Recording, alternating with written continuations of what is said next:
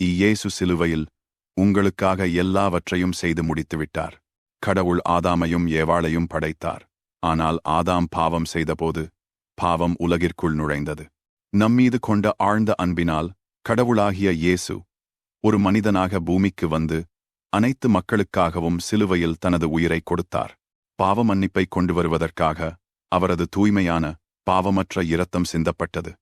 ஏனென்றால் இயேசுவின் இரத்தம் மட்டுமே பாவத்தை கழுவ முடியும். சிலுவையில் நாம் கடவுளின் ஆசீர்வாதத்தை பெறுவதற்காக இயேசு சாபத்தை ஏற்றுக்கொண்டார். அவரது காயங்களால் நாம் குணமடைகிறோம்.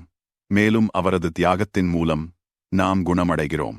பாவம் மற்றும் நோயின் சக்தியிலிருந்து விடுபட்டு ஆசீர்வதிக்கப்பட்ட மகிழ்ச்சியான மற்றும் ஆரோக்கியமான வாழ்க்கையை வாழ இயேசு சிலுவையில் மீட்பின் வேலையை முடித்தார். நம்முடைய தண்டனையை அவர் அனுபவித்தார். மன்னிப்பின் உறுதியையும் பரலோகத்தில் நித்திய ஜீவனின் வாக்குறுதியையும் நமக்கு வழங்கினார். இயேசுவையும் அவர் சிலுவையில் உங்களுக்காக செய்து முடித்த பாடுகளையும் நீங்களும் விசுவாசிப்பீர்கள் என்றால் பூமியின் ஆசீர்வாத வாழ்க்கையையும் பரலோகத்தின் ஆசீர்வாதமான வாழ்க்கையும் அனுபவிக்க முடியும். இயேசுவே உங்களை நேசிக்கிறார்.